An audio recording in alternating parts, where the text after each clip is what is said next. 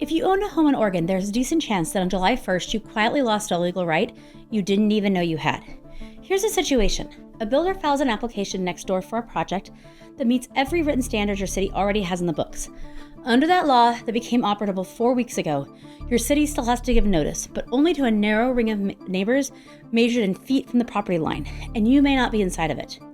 It is barred from requiring a public hearing, and when the decision comes down, you cannot appeal it. Not to your city council, not to the state board that hears land use appeals.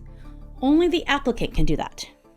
That's not a proposal. That is Oregon law as of this month, and outside a few land use attorneys, almost nobody is explaining it to the people that it affects. I'm Jenny Turner with Lovejoy Real Estate, and I'm not here to sell you a house, but I'm here to make sure you don't regret the one that you buy or sell.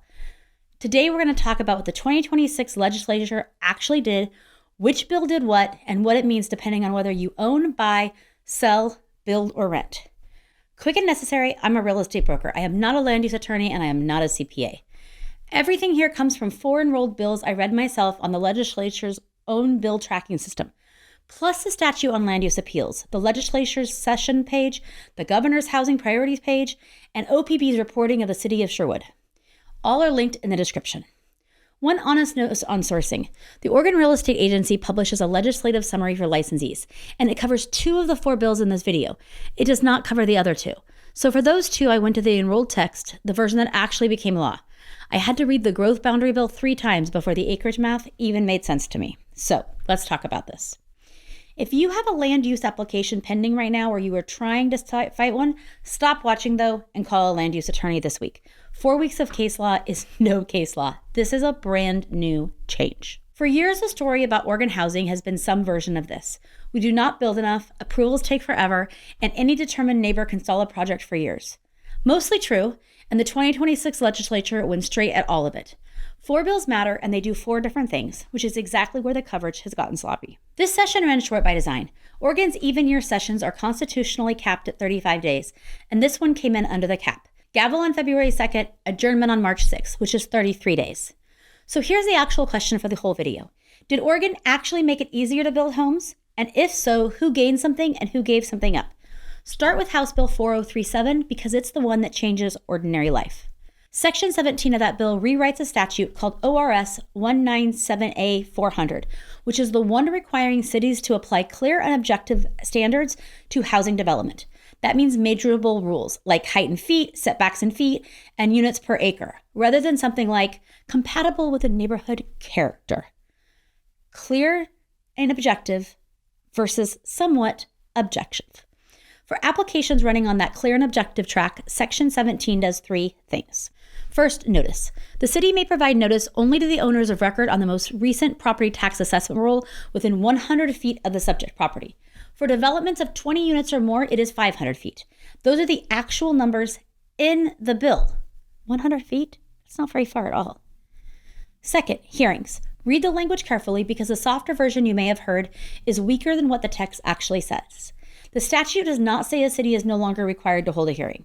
It says the local government may not require a public hearing prior to making a decision on the application. That is a prohibition, not permission. May not require a public hearing prior to making a decision. Third, appeals. New subsection 6 says that notwithstanding the general jurisdiction statute, only the applicant themselves may appeal to the Land Use Board of Appeals, which everyone here calls LUBA. And a local appeal, the kind like you file with your own city, can also be offered up only by the applicant, not by the neighbor. And a local appeal, the kind you file with your own city, can also only be offered by the applicant. Put those together and you get the thing that homeowners should understand. On a project that meets the objective rules, the neighbor's tools are gone. Not narrowed, gone. Picture someone we'll call David, who owns a 1950s ranch on a closer-in street. A builder buys the older house on the corner 300 feet away and files to replace it with a 12-unit building that pencils out inside the zoning. Under the old system, David gets notice, shows up, testifies, and if he loses, he has a standing to appeal. Under Section 17, 300 feet is outside the notice radius on a 12-unit project. There is no hearing, and there is no appeal to file. David finds out when the excavator arrives. I'm not telling you whether that is a good policy. I am telling you it is a law, and if you buy a house partially for what's next to it, that calculation might have just changed. Now, the part of the coverage that keeps getting it wrong. You will hear that the old system let one opponent tie up a project at LUBA for a year or more. LUBA itself is on a clock. ORS 197.830 subsection 14 gives it 77 days to issue a final order once the record comes over. And if it blows by that deadline, the applicant can go to the circuit court for a writ of mandamus. The year-plus deadline was never one hearing. It was a stack. Local appeal, then LUBA, then the possibility of Court of Appeals, each with its own clock, one after another. Section 17 does not speed LUBA up. It removes most of the stack, though. So 2 limits worth knowing because they cut against the headline. The clear and objective track is the applicant's choice, not the city's. The same statute preserves an alternate approval process using criteria that are not clear and objective, and the applicant keeps the option of clear and objective route. If a developer wants to design flexibility badly enough to take the discretionary path, none of these new notice and appeal limits apply. No more appeals in Oregon is wrong. It is no more third-party appeals on the track the developer picked. And the honest caveat, Section 17 became operable on the July 1st of this year, 4 weeks ago. In January, Sherwood voters passed a 2 city charter amendments. Measure 34-347 requires at least 1 public hearing when a major new residential development is proposed. The other one, Measure 34-348, is about annexations. And that's the one Mayor Tim Rossner publicly framed as a core expression of local self-government rather than a bureaucratic act. Then in March, the legislature passed a statute saying that cities may not require exactly that hearing the first measure demands. Nobody knows how that resolves until a project tests it and a court rules. If you are counting on Section 17, count on it in a city that is not picking this fight, because Sherwood certainly is. The second piece, House Bill 4035, and its companion that almost nobody mentions, House Bill 4082. Both amend the same thing, a temporary urban growth boundary program that the legislature created in 2024. That boundary is a line determining where a city may legally build outward, and historically moving it took years and multiple legal challenges. House Bill 4035 does 4 things to that program. It raises the acreage a city of 25,000 or more can add from 100 to 150 net buildable acres, and it holds smaller cities at 50 acres. It loosens the affordability test a city has to pass by deleting the word severely from the cost burden and rent burden triggers and switching the data source to the Census Bureau's American Community Survey 5-year estimates. It creates a bespoke alternative process for the city of Woodburn, for example. And for the first time, it opens a narrow door to farm and forest land. That last one really deserves a straight answer. The friendly framing is that this program is not a blank check for sprawl, and that is true as far as it goes. 30% of residential units have to carry affordability restrictions for 60 years. A binding conceptual plan is required, density floors apply, and the city has to show in writing that the urban services will actually reach the site. But House Bill 4035's most consequential change is precisely that a city can now expand onto resource land. If resource land makes up more than 80% of the area within a quarter mile outside its current boundary, no qualified applications came in for an urban reserve or non-resource land, and the site ranks highest under the statutory priority order. That's complicated. But cities literally ringed like by farmland got a door they did not have, and Woodburn is the perfect example of this. Here's the part I had to read 3 times. This program is 1 use per city ever. Eligibility is conditioned on the city never having adopted an expansion or exchange under it before. And the whole program is repealed on January 2nd, 2033. 1 bite, and the window closes in about 6.5 years. Before it can even take that bite, a city has to clear a need test. Either no residential boundary expansion in the previous 20 years, plus no qualifying undeveloped tract over 20 net buildable acres already inside the boundary, or 75% of the land and the expansions it adopted over the previous 20 years is already developed or plan ready, plus the affordability showing. Picture someone we'll call Robert, who owns 12 acres just outside a small city's boundary and has watched it sit undevelopable for a decade. What changed for Robert is not that his land gets brought in. It's that the city now has a workable path to consider it once, if the city qualifies, if Robert applies during the window the city opens, and if his site is chosen over everybody else's. A real improvement over the old process, and also a lottery with 1 winner per city. Whether any given city can use this is a question for that city's planning department, not something I would assert from a studio. Now, House Bill 4082, which the coverage keeps folding into House Bill 4035. Separate bill requested by the governor, adding a separate option to the same program. A city or metro may add a site for manufactured dwelling, prefabricated structures, or manufactured dwelling parks, including existing ones, or for housing for older persons, as that term is defined in Oregon's Fair Housing Statute. 2 details matter. A site added under House Bill 4082 does not use up the city's 1 bite, and the city does not have to run the need test for it. That is a real second pathway. But the affordability strings are tighter. At least 80% of the dwelling units, excluding manufactured and prefabricated units, have to be restricted for at least 30 years as available and affordable to households at 120% of area median income or below. So the version you may have heard, an age-restricted community paired with market rate housing, has it backwards. Market rate is the leftover 20%. House Bill 4082 also sunsets on January 2nd, 2033. The third bill, Senate Bill 1521. And this is where I want to be careful because it has been reported as a straight developer win, and it's actually not. First, geography, and this one matters for anyone watching from Vancouver or Camas. SB 1521 defines Portland MSA for its own purposes as Columbia, Clackamas, Multnomah, Washington, and Yamhill counties, and the city inside them. That is the Oregon side only. It is not the federal metro area, which includes Clark and Skamania counties in Washington. Clark County is not covered by any of this. The developer-friendly half. In those 5 counties, a city or county cannot enforce an inclusionary requirement on rental housing unless 2 things are true. It has adopted by ordinance within the previous 6 years an economic analysis calculating the average expected marginal loss in value for a prototypical multi-unit project, and it offers offsets worth at least that calculated loss from a defined menu, cash payments, a property tax exemption, or waivers of fees and system development charges. And the thresholds get flattened constantly. This applies only to multi-unit structure with 20 or more dwelling units and 10 or more if the structure is in these Portland area counties but outside the city of Portland. The bill's own definition of multi-using housing is 10 or more units. A duplex is not in scope. Neither is a 12-unit building inside the Portland city limits. Now the half that got left out. You may hear that SB 1521 replaces the old inclusionary statute. It does not.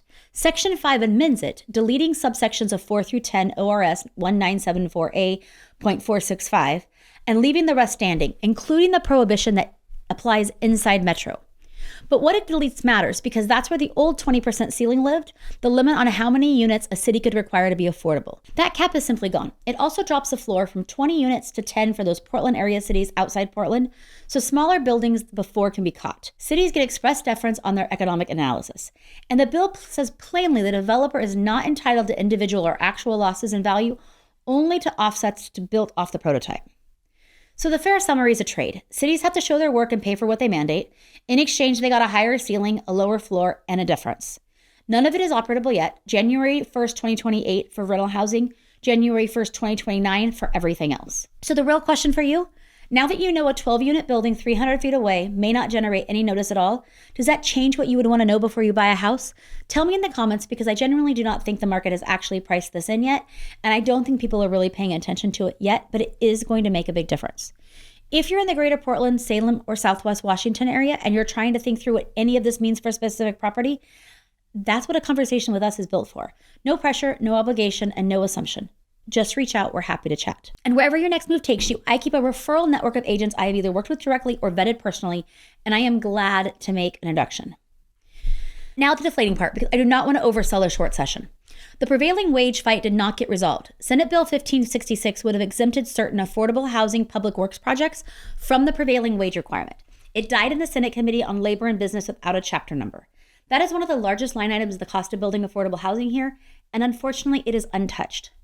Second, the number you have probably heard, 36,000 new homes a year, is the governor's target, not a statutory mandate. It comes from an executive order Governor Kotek signed on her first full day in office. Nothing in these 4 bills obligates anyone to hit it. Third, the structural point. Every one of these bills work on process. Notice, hearings, appeals, boundaries, offsets. Not one touches what it costs to actually build a unit. Labor, materials, financing, land. Process friction got smaller, but the cost of the problem did not move. This is worth comparing to 2019 because that comparison gets flattened too. House Bill 2001 that year ended single-family only zoning across most of urban Oregon, but in tiers, not statewide. Cities of 25,000 or more and every city inside the metro had to allow the full middle housing menu: duplexes, triplexes, fourplexes, cottage clusters, townhouses. Cities outside the metro between 10,000 and 25,000 only had to allow a duplex on each single-family lot. Towns under 10,000 outside metro were not covered at all. Think of 2019 as a widening of what you were allowed to build, and 2026 as a removing toll booths on the road to actually getting it approved. 2 different programs, both real. So what changes for you specifically? If you own near the edge of a city, the medium-term picture for some semi-rural parcels is less settled than it was. Not because expansion got easy, but because a qualifying city now has one workable shop before January 2033, plus a second narrower one under House Bill 4082. Ask the city's planning department directly. If you own inside an established, closer-in neighborhood, the same reduced timeline risk that makes a builder more interested in your lot applies to the lot behind you. New development nearby often brings infrastructure improvement with it. It also brings construction with less warning than you used to get. So the actual question, did Oregon make it easier to build homes, and who gained and who gave something up? Yes, and here is a ledger by who you are. If you build, you gain the most, and it is concrete. On the clear and objective track, your project cannot be appealed by anyone but you, and the hearing requirement is off the table. That is real risk removed as of July 1st. It is also 4 weeks old, and at least one city is contesting it, so price in some litigation risk. If you own a home, you gave something up, specifically notice and standing on qualifying projects near you. Worth knowing before you buy next to a vacant or underused lot. If you are selling in a zone that allows small multi-unit development, your realistic buyer pool may now include builders more confident about timelines than a year ago. Ask your agent whether your zoning supports that, because it varies block to block, and it's very hard to know sometimes, so definitely digging in and understanding it is super important. If you are an investor or a landlord in these 5 Oregon counties, mark January 1st, 2028 and January 1st, 2029, and watch whether your city adopts an economic analysis by ordinance, because that is the gate on everything else. One scenario worth holding closely. If the new process holds up in court, the first visible effect is probably projects that are already penciled out moving faster, not new projects appearing. If Sherwood's charter position wins, we spend a couple of years in appellate uncertainty, and very little does matters until it's settled. Nobody knows which yet. 3 things actually changed. Third-party appeals on clear and objective housing applications are gone as of July 1st, along with the required hearing, and the notice list is now capped at 100 feet, 500 on projects of 20 units or more. 2 separate bills, House Bill 4035 and 4082, widened a one-time growth boundary program that still sunsets in January 2023. 2 separate bills, House Bill 4035 and 4082, widened a one-time growth boundary program that still sunsets in January 2033. And State Bill 1521 traded cities a higher affordability ceiling and a lower unit floor in exchange for paying for what they mandate, starting in 2028. Everything else you may have heard about this session, including the 36,000 home number and a prevailing wage fix, is either a goal or in a bill that died. If this gave you a clearer picture of how Oregon housing actually gets approved, hit subscribe. I do this kind of policy to real life translation every week. Our contact information is right below the video. I'm Jenny Turner with Lovejoy Real Estate. Thanks for watching, and we'll see you on the next one.